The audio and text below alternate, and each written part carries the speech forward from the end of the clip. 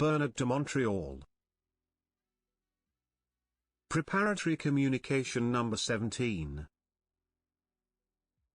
The Death of the Old Ego.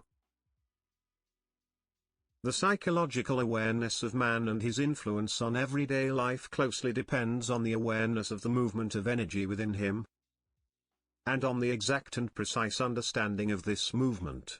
Man cannot ignore the intelligence behind the material appearance of his actions, because such ignorance can only lead him to a generalized failure of his organism, both mentally and emotionally as well as materially.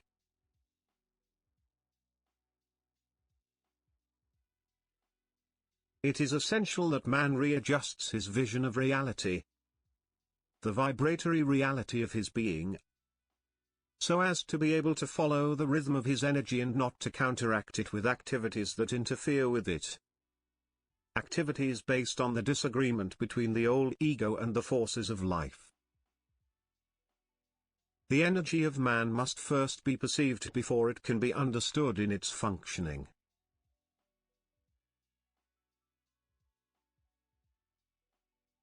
As long as man has not realized that he is indeed in an intelligent relationship with another plane of reality and that this plane has a concrete effect on his material existence, it is impossible for him to understand how much his life is in close relationship with creative forces that work in him for the possible purpose of being recognized, by electrically and chemically manipulating his being, not to mention the thoughts that flow towards him and which serve to support his role as an intelligent being on the material level.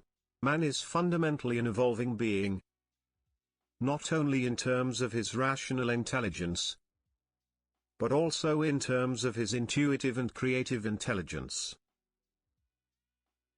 Today's man conceives only for the short-term benefit of his material life and does not realize that this benefit is artificial if it is not the result of a total integration of his being. That is, if he is not aware that there are hidden mechanisms within him that serve to link him in his evolution to forces of high intelligence that are at the very basis of his vital and creative function. But these forces can only come into mental contact with man to the extent that his mind has opened to their reality. The interpenetration of these intelligent forces with human intelligence produces an acceleration of man's intelligence and allows him to increase his power of life and creation. However, the most difficult obstacle to overcome in this awareness is the ego's natural desire to lead its own boat, when in reality he is unable to lead it perfectly, because he constantly undergoes obstacles of which he does not understand the deep reason for its existence. This misunderstanding forces him to undergo life as it presents itself to him, instead of molding it to the greatness of his creative will.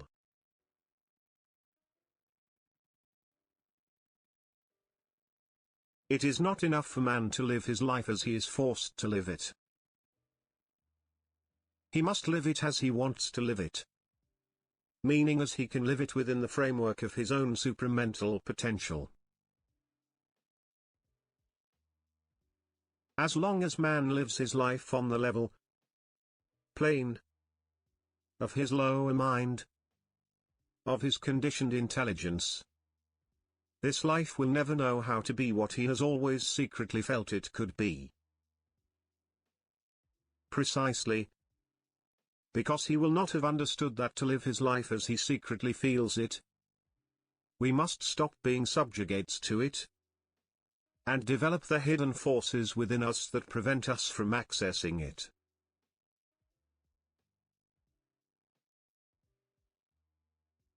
But these forces, this intelligence, which hardly pierces the surface of human consciousness, can no longer pale before the intelligence and reason of man when it begins to manifest itself in his life. It then becomes more and more powerful and grasps more and more the man in his growth and makes him recognize its presence and its power over the events of his life.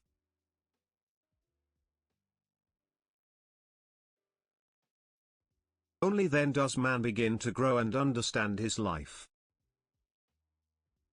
It is then that he realizes that life is much more than what it represents on the surface, and that understanding its secret leads him, one day or another, to know and understand all its aspects. Unfortunately, man can only begin to understand life when it marks the face of its sign. But from then on, it takes on another meaning for him, and it is from that moment that he begins to live.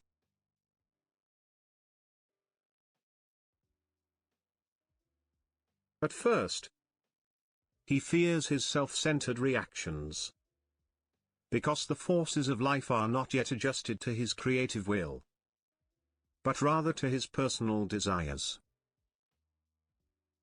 And it is his personal desires that hinders the vibratory harmony that must exist between him and the intelligent forces of life.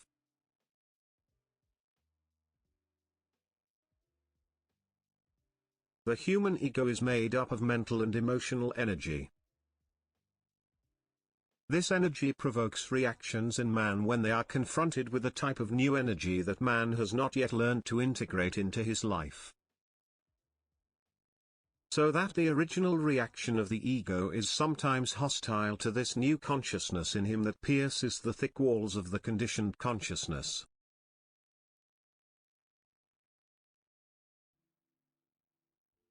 This is why the new man must live an initial, difficult period before fully understanding the mechanisms of supramental consciousness, which forces its presence and seeks by all means to reduce, possibly eliminate, the forms that constitute the foundation of the lower consciousness.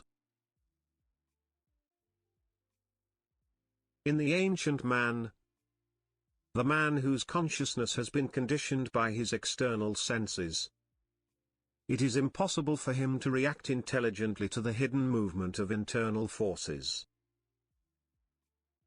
But the new man, because of his sensitivity to internal forces, and helped in his understanding of their mechanisms and laws, will be able to access a consciousness proportional to his power to undergo the penetration in him of these forces, until the day when he will be able to use these powerful forces according to the harmony of his ego with them.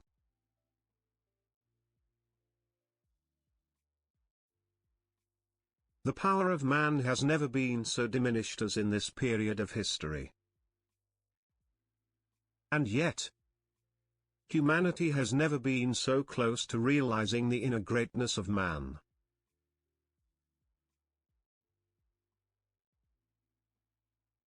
Why, then, are things so unclear in the spirits of those who need to know about this new cycle of evolution? The answer is simple but veiled. On the one hand, the new man will be made conscious by invisible forces whose close relationship with his own life he does not know.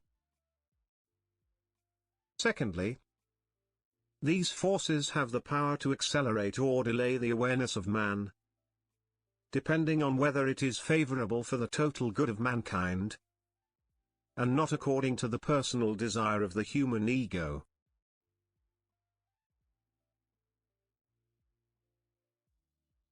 So that man, the individual, is obliged to live an uncertain period, until the moment when certainty takes hold in him, not because he has seen, but because he has felt or heard, in himself, the truth of the experience that leads to the other dimension of material reality.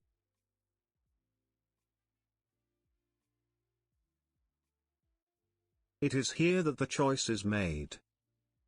That is, the sharing is made between men, those who have in them the power to know power, and those who do not yet have in them, in this lifetime, the power to know power.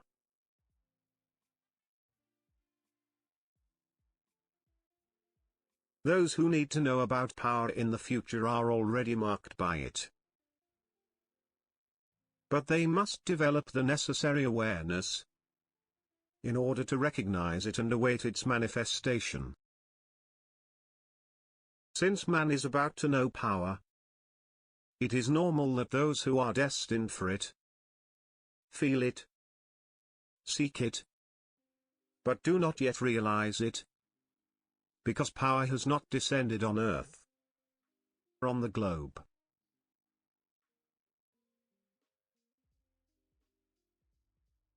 It is waiting for the right moment when it will to be used to raise the vibratory rate of those for whom it is intended.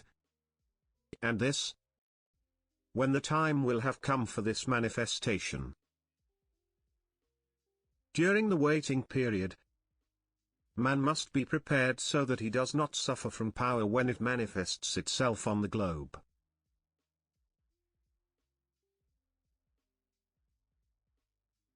Man's power is not merely an expression of a human desire, but a manifestation, in man, of a power of which he is no longer aware, but which is, and has always been, present in him. But power is governed by laws, because it is emitted, manifested, according to modes of intelligence that go beyond the limited dimensions of human experience.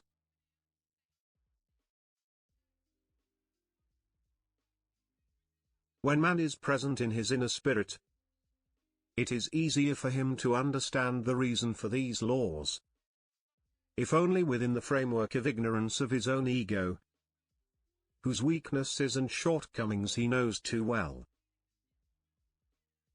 How can he conceive, then, the possession of power, if this possession endangers both the planet and humanity?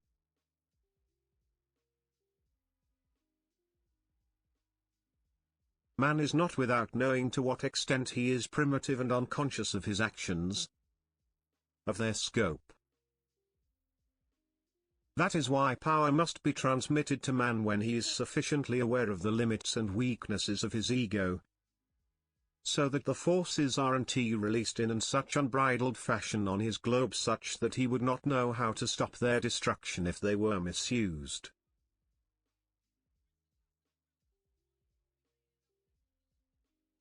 The new psychology of man will put him in mental contact with the higher beings of the galaxy. Hence, his psychological behavior must be totally transformed in order to allow him to undergo, unflinchingly, the shock of realization that must be accompanied by such an experience.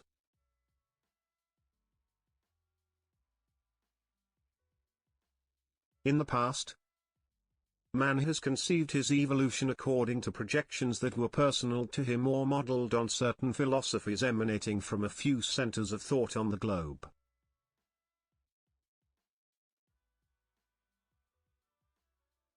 But in the future, humanity will no longer be indebted to human efforts in the field of philosophical thought, but rather to supramaterial efforts directly linked to the activities of the forces that dominate and direct the evolution of the planet Earth.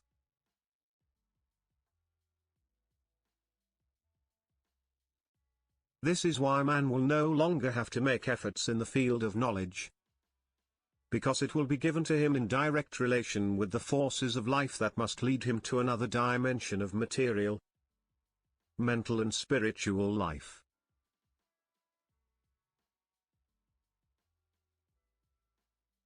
Whatever man's desire according to which he seeks knowledge, the latter, in its most hidden aspects, can only reach him by the crossing of the forces of light in him and his spirit. The matter is far too dense for man, by his own efforts, to be able to free himself from it alone. He will need help, and this help will be provided according to his specific life plan.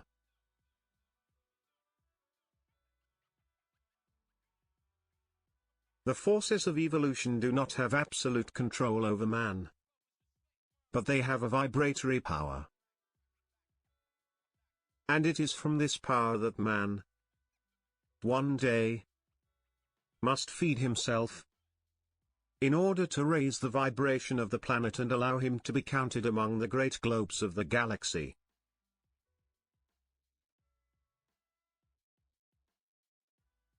The old man will be forced to lower his flag in front of the new man, because the latter can no longer be trapped in the game of his materialistic and unconscious psychology.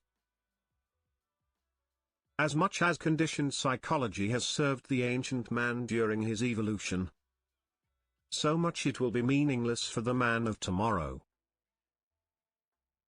So that the human relationships between the two will no longer be the same, except only to the extent that the new man will no longer be able to discover any attraction for the old psychology.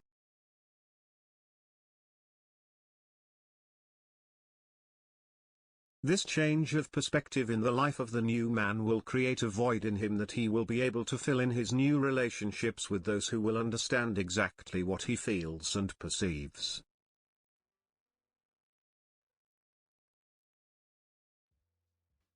From this new way of life will grow a new society that does not belong to any country or people. Because the limits of this new society will extend from matter to the invisible. And it is from this new union between the spirit of matter and the spirit of the invisible that man will be nourished.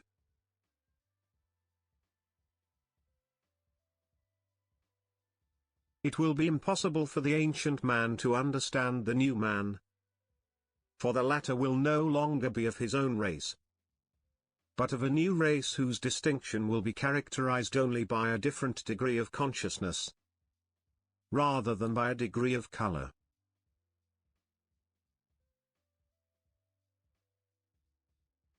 New life will gradually spread and will cover all aspects of the experience.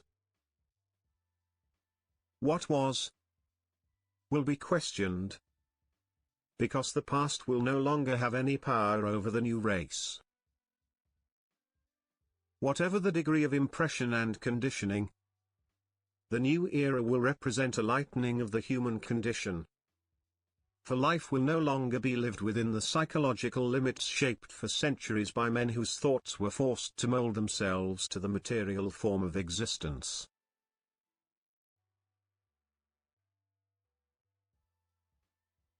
Atrophy will be replaced by a vast, profound, and very personal vision of life. And those who enjoy this vision will have a common and universal understanding of its greatness and of its reality.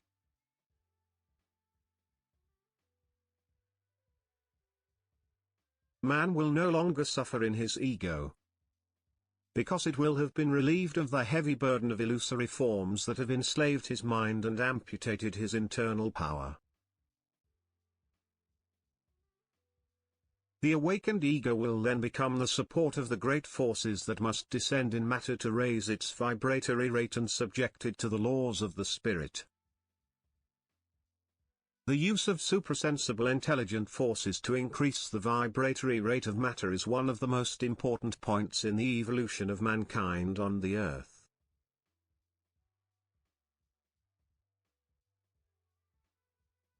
However, this activity raises serious dangers as soon as man has lost the vibratory consciousness that constitutes the perfect shield against the subjective desires of the ego. Such a loss of consciousness can only endanger the planet and relegate it to the camp of the forces of black magic.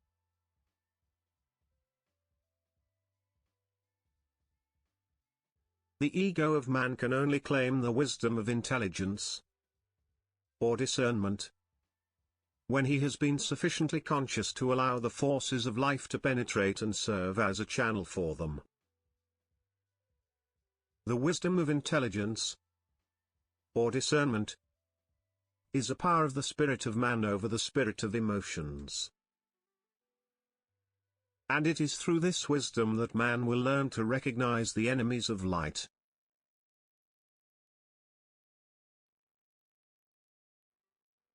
Any form can be used to hide or pretend reality. That is why man, for his own personal protection, must be able to invoke his vibratory power to correct the influences and effects of form on his spirit. The education of the new man will not claim the total perfection of his being, but will serve as a springboard for the elevation of his spirit during his future experience.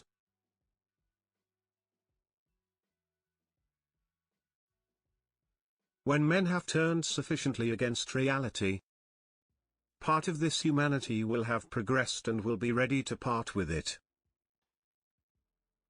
Separation will be the sign of the beginning of the new age, when two types of men will evolve on the globe: the old and the new. The end of the old man will be recognized by the new man, because only the latter, in possession of his vibratory faculties, will have the facility to discern the new vibration, which will allow him to break through the different and multiple illusions of the personality.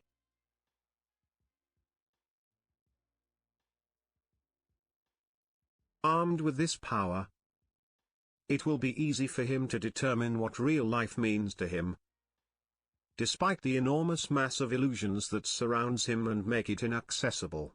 This revolution in man will be accompanied by such a great internal power that no man can now be influenced by any form of old life.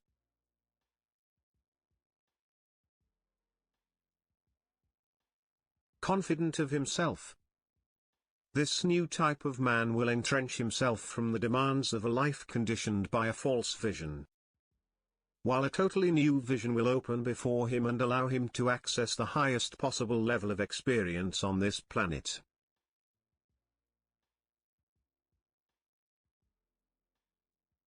Life will no longer be the same and can no longer be lived in the same way, for its space will have been destroyed by the vibratory shock of the new energy that will pierce the shell of the personality, linking the latter with an ego conscious by a mind directly fed by the suprasensible planes that man can know by the power of his mind awakened to reality.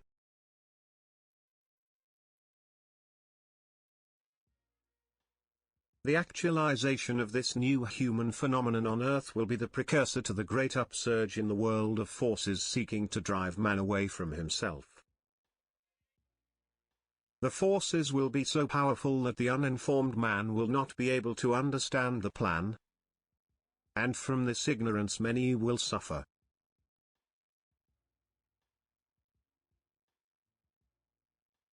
Man will be overwhelmed because no matter what direction he looks, everything around him will be unconscious. This unconsciousness fueled by man's desires and passions will create in him such despair that men will no longer want their lives, because it will no longer have any real value. Life will be plastic and confusing, the fundamental questions will no longer have answers, and man will be forced to suffer the yoke of his ignorance and of his decline.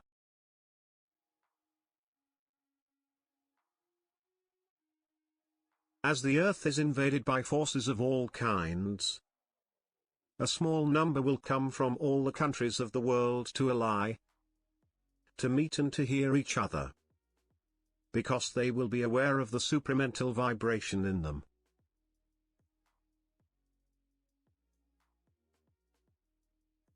They will be a small but powerful group, because everything will be given back to them, both knowledge and power. But these men, because of their other consciousness, will then have to move away from the surface of the earth to find refuge in a parallel dimension of matter, where the spirit will have empire over matter and will allow these men to live a life in direct relationship with the forces of light. The role of the new man on earth will be creative. His time will no longer be the time he has known, but a new time, in which he will be able to move around in order to study and discover the laws of the universe.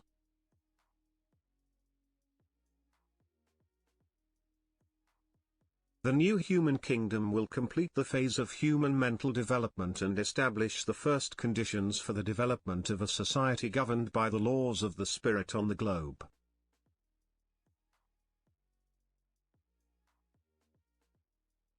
This society will grow and spread to all corners of the world, and will never be divided. For those who have composed the body will know the laws of vibratory energy that underlie any creative effort born of intelligent and governing consciousness, of which they will be the active agents on the material and etheric level. Men will no longer have the ability to divert the creative forces that watch over the evolution of the globe, because they will have been connected and unified to these forces in their experience of transition from one life plane to another. The forces of life will then be made available to man, and the latter will perform wonders on earth.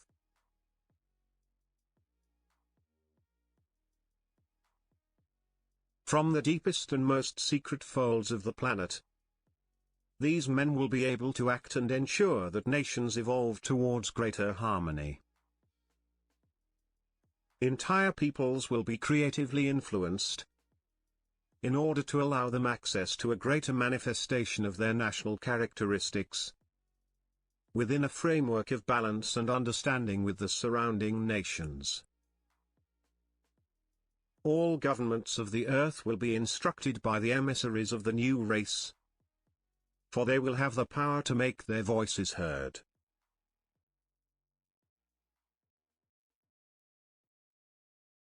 The new men will have lost full consciousness of their previous life, that life during which matter had dominated their senses.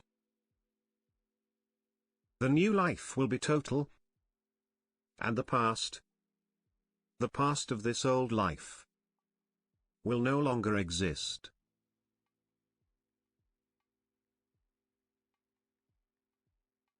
Individual consciousness will be so great that man can only look to the future and work to build a new world. A world that is both wonderful and very young. But the youth of this new world will be the mark of his consciousness and not of his immaturity.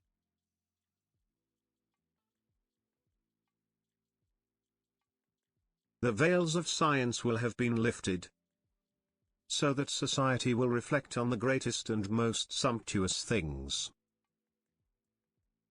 Creative forces will dominate, by their presence, in the consciousness of man, the latter's efforts, and will allow the latter to benefit from their presence.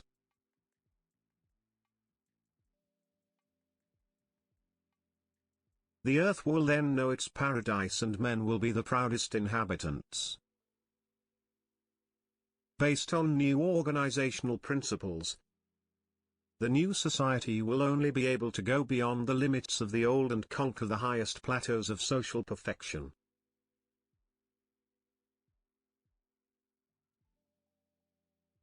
As much as the old man will have given in to the forces of all kinds that dominate his consciousness, so will the new man be freed from these forces. And will he be able to preserve the natural balance that exists between him and the spheres hitherto unknown to the majority.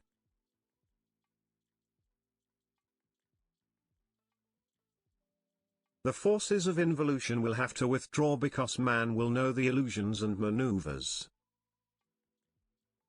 The transition between the old ego and the new ego will allow man to realize the limits of his psychological endurance against the powerful penetration of the forces of light. He will see to what extent he can support them in himself, without failing in his relationship with them.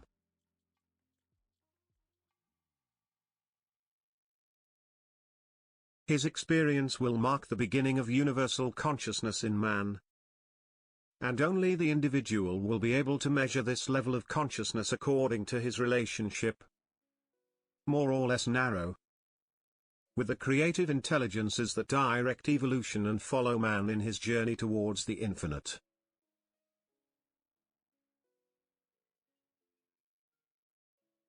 The connection between man's etheric consciousness and his material consciousness will create the first bridge between cosmic science and material science,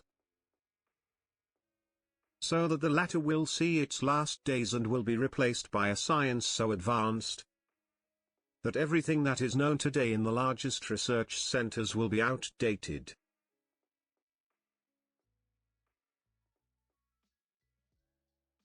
New science will be the true proof that man will finally have acquired the right and power to work with the forces of nature.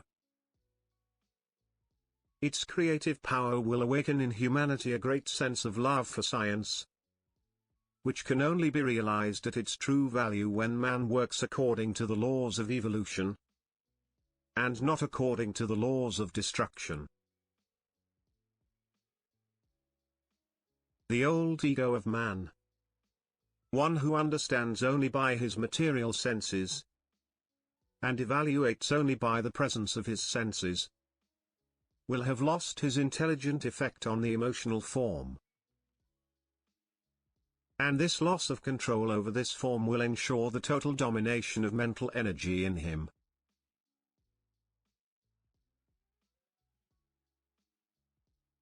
Energy of which he has no consciousness today, because his presence can only be felt in the case where the emotion has been sufficiently readjusted. That is, made creative according to the objective quality it can possess when the ego is sufficiently conscious of the illusion of temporal free will.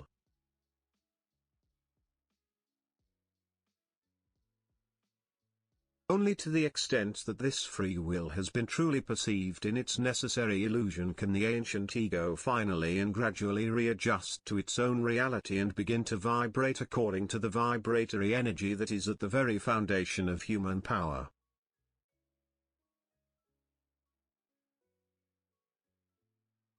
The spirit of man must be considered as part of the universal consciousness, before the latter can realize the power of this consciousness.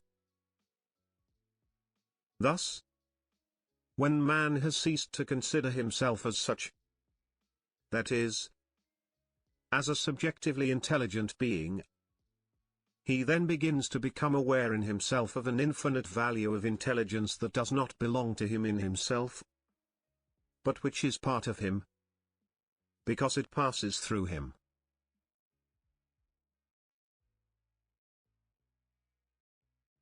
The ancient ego, dominated by the need to understand the material world, has necessarily obstructed its real vision of nature and the principle of intelligence.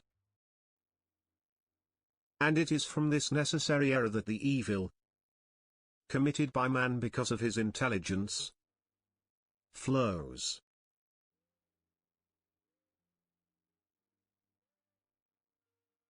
It is not the intelligence of man himself that must be considered at fault, but the emotion of man in his intelligence, that condition which only the destruction of the lower mental body can eliminate when the emotional body is subjected to the vibratory manifestation which must reduce the value of any emotion to a supramental understanding of that same emotion, in order to free the ego from the consequence of emotion on its mind. A serious consequence in the context of supramental consciousness because it forms the barrier that separates the world of matter from the parallel worlds.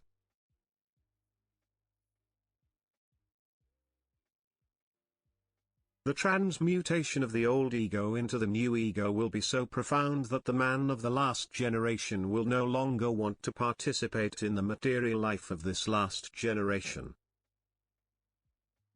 Time alone will bear witness to this real mutation.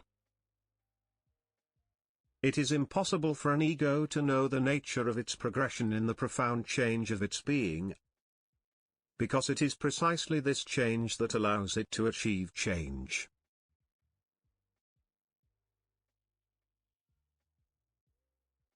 The penetration of life forces into the consciousness of man is not an exercise in the materialistic intelligence of man, but in the supramental intelligence of the latter.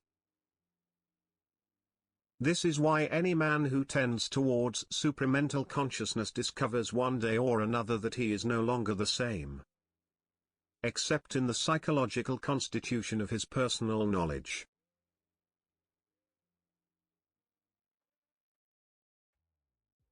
For this knowledge will have been introduced by the opening of a higher center in himself, not conditioned by preconceived ideas that it may have made of itself or of reality. His psychological being loses more and more power over his true being, because the reasons of yesterdays have been eliminated by the transfer into his spirit of an energy that is not likely to be used to the advantage of his rational intelligence. The actualization in him of a new faculty becomes his personal support, and the foundation of his growing individuality is more and more integrated and integral. The quality of life changes over time, and the ancient man dies, little by little, like a flame that has been stopped for lack of oxygen.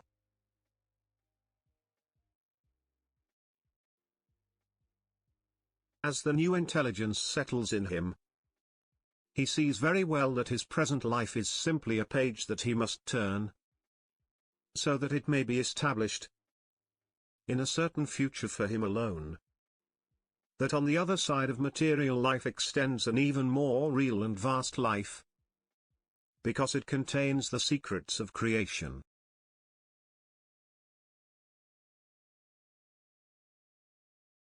As long as the ancient man has not sufficiently disappeared from the consciousness of the man of tomorrow, the latter must suffer the presence and smallness of it. Patience then settles in him, according to the degree of his natural wisdom, and overcomes the ancient man.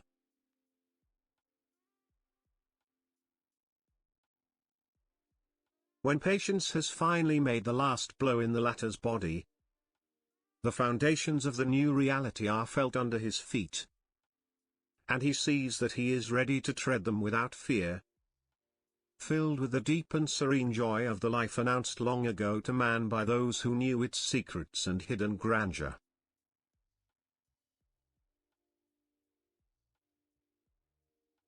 Those of you who seek greatness, it will be given the opposite. For the laws of the spirit are opposed to the ego. That is, the laws of the spirit predestine the ego. Any ego seeking to predestine itself will have to be disillusioned before it can sit before the great ones who govern, and who, because of their very advanced evolution, prescribe to man the generative functions of the evolution plan of the planet Earth.